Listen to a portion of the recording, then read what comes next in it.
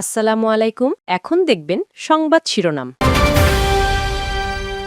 রাজধানীর উত্তরায় আবাসিক ভবনে অগ্নিকাণ্ডে ৬ জনের প্রাণহানি, নিহতের মধ্যে ২ শিশু ও ১ নারী। বেগম খালেদা জিয়ার স্মরণে কিছুক্ষণ পর সংসদের দক্ষিণ প্লাজায় নাগরিক শোক সভা, যোগ দেবেন তারেক রহমান। আজও সাধারণের দোয়া মোনাজাত।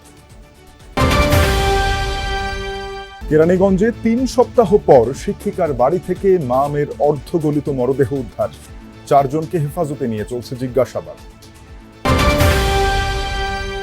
চট্টগ্রামে অস্ত্রবাজি খুনের ঘটনায় নিরাপত্তা শঙ্কায় অনেক প্রার্থী।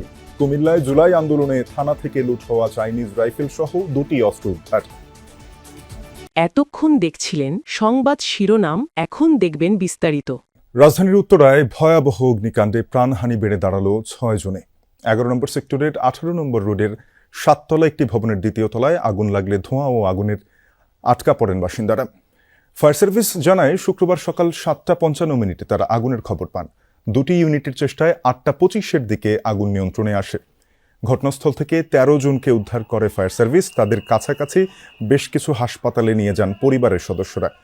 কুয়েত মৈত্রী হাসপাতালে ৩ জনকে মৃত ঘোষণা করেন দায়িত্বরত চিকিৎসক।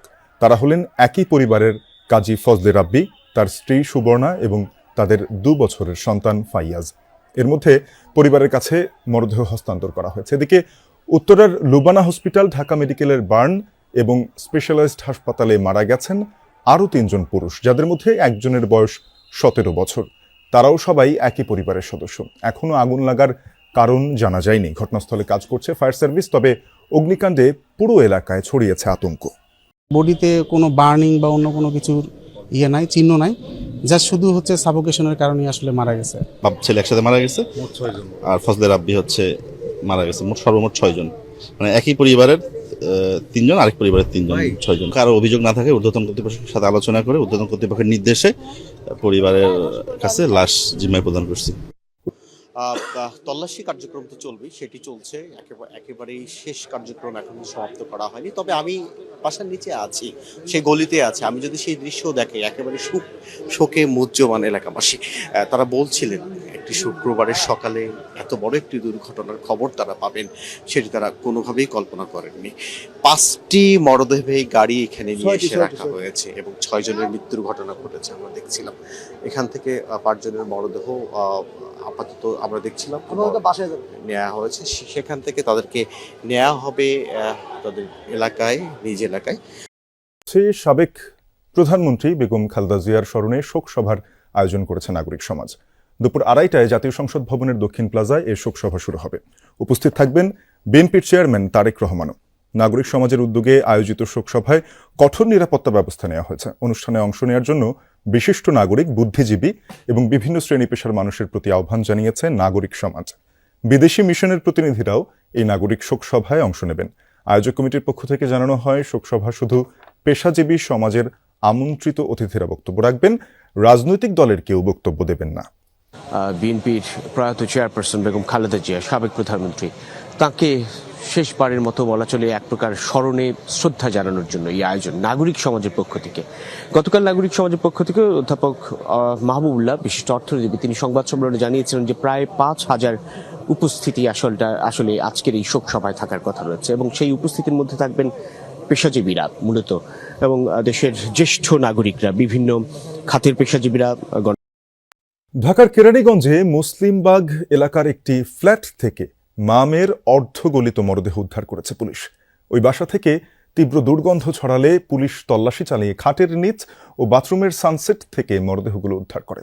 জানা যায়, গত 25 ডিসেম্বর শিক্ষিকার কাছে পড়তে যেয়ে নিখোঁজ হন স্কুলছাত্রী ফাতেমা। মেয়েকে খুঁজতে বের হয়ে নিখোঁজ হন মা রোকেয়া রহমানও। দীর্ঘ 3 সপ্তাহ পর সন্ধান মিলল তাদের মরদেহের। স্বজনদের অভিযোগ, পুলিশের কাছ থেকে পর্যাপ্ত সহযোগিতা পাননি তারা। তবে পুলিশ বলছে, ঘটনার জড়িত সন্দেহে শিক্ষিকা মিম ও তার স্বামীসহ 4 জনকে হেফাজতে নিয়ে জিজ্ঞাসাবাদ চলছে। এমন নৃশংস হত্যাকাণ্ডে এলাকায় বিরাজ করছে শোকাবহ পরিবেশ। প্রায় সবাই আতঙ্কিত। জড়িতদের দৃষ্টান্তমূলক শাস্তির দাবি জানিয়েছেন স্থানীয়রা। মরদেহ দুটি রাখা হয়েছে মিটফোর্ড হাসপাতালের মর্গে। রুম নেওয়ার পরে বলছে যে আমরা 3 বোন থাকবো, বাচ্চা আর এই জামাই। এরা নিচ্ছে তো দিচ্ছে এখন আইডি কার্ড সবই নেওয়া হয়েছে যেভাবে দেওয়া হয় ভাড়া দিচ্ছে যেমন আমরা যেমন স্বাভাবিক আছে এই স্বাভাবিক ঘরের ভিতরে লাশ আল্লাহ জানে আমরা 15 দিন আগেই মানে গন্ধ পাইছি বাড়ি এলে বলছিল যে গন্ধ কিসের। ওই বাসায় যে সিসিটিভি ফুটেজ ছিল এটা আমরা পর্যবেক্ষণ থেকেই শুরু করি এবং তাদেরকে থানায় এনে জিজ্ঞাসাবাদের এক পর্যায়ে তারা যে মিম এবং নূরজাহান তারা দুইজনেই স্বীকার করে। গণভোটে হ্যায়ের পক্ষে প্রচারণা রাষ্ট্রের জন্য ফরজে কিফায়া এমন মন্তব্য করেছেন স্বাস্থ্য উপদেষ্টা নূরজাহান বেগম। দুপুরে সিলেটে জেলা ও বিভাগীয় পর্যায়ের স্বাস্থ্য কর্মকর্তাদের সাথে গণভোট নিয়ে আলোচনা সভায় অংশ নেন তিনি। এ সময় উপদেষ্টা বলেন, নাগরিকের দৈনন্দিন জীবনে গণভোট কী প্রভাব রাখবে তা বুঝিয়েই হ্যার পক্ষে জনমত তৈরি করতে হবে। যারা নির্বাচন চায় না তারা সর্বোচ্চ চেষ্টা করবে ভোট বানচালের। নির্বাচন বিরোধী অশুভ শক্তিকে পরাজিত করতে সকলের প্রতি আহ্বান জানান উপদেষ্টা। ভোট ঘনিয়ে এলেও চট্টগ্রামে অনেক অবৈধ অস্ত্র উদ্ধার হয়নি এখনো। বেশিরভাগই থানা থেকে লুট করা। অবৈধ অস্ত্রের সন্ধানে পুরস্কার ঘোষণার পরও কাজ হয়নি। উদ্ধারে নেই আইন শৃঙ্খলা বাহিনী সমন্বিত কোনো উদ্যোগ বা অভিযান। এ অবস্থায় ভোটের মাঠে নিরাপত্তা শঙ্কায় রয়েছেন অনেক প্রার্থী। 24-এর 5 আগস্ট বিক্ষুব্ধ ছাত্র জনতার রোষানলে পড়ে চট্টগ্রাম মহানগর ও জেলার 11টি থানা। এই ফাঁকে অস্ত্র ও গোলাবারুদ লুট করে দুষ্কৃতিকারীরা। পুলিশের তথ্য মতে লুট করা বেশিরভাগ অস্ত্র চলে যায় সন্ত্রাসীদের হাতে, ব্যবহার হয় অপরাধ কর্মকাণ্ডে। 1.5 বছরে শুধুমাত্র রাউজানি খুন হয়েছে 18টা। পরিসংখ্যান বলছে সিএমপির 8টি থানা থেকে লুট হওয়া 948টি অস্ত্রের মধ্যে এখনও উদ্ধার হয়নি 153টি। এর মধ্যে আছে 7.62 পিস্তল 16টি ও 9mm 42টি। ছোট এই অস্ত্রগুলো লুকিয়ে রাখা ও ব্যবহার করা সহজ।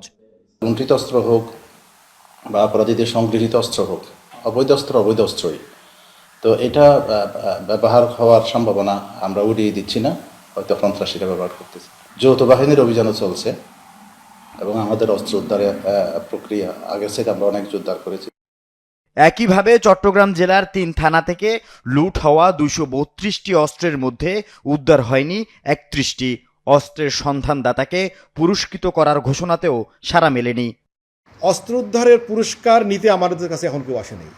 আমাদের পুরস্কার এখন আমাদেরকে বোধহয় নিতে হবে, কারণ আমরা এর মধ্যে কিন্তু কিছু কিছু আমাদের হারিয়ে যাওয়া অস্ত্র উদ্ধার করেছি, কিন্তু মানুষে কেউ আমাকে কাছে এগিয়ে আসেনি, কেউ আমাকে বলে নাই, আমাকে কেউ খবরও দেয়নি যে এই জায়গায় কোনো অস্ত্র আছে, আমরা যেন যাই।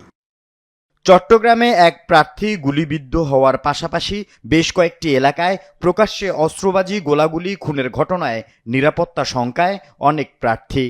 এই চ্যালেঞ্জ মোকাবেলা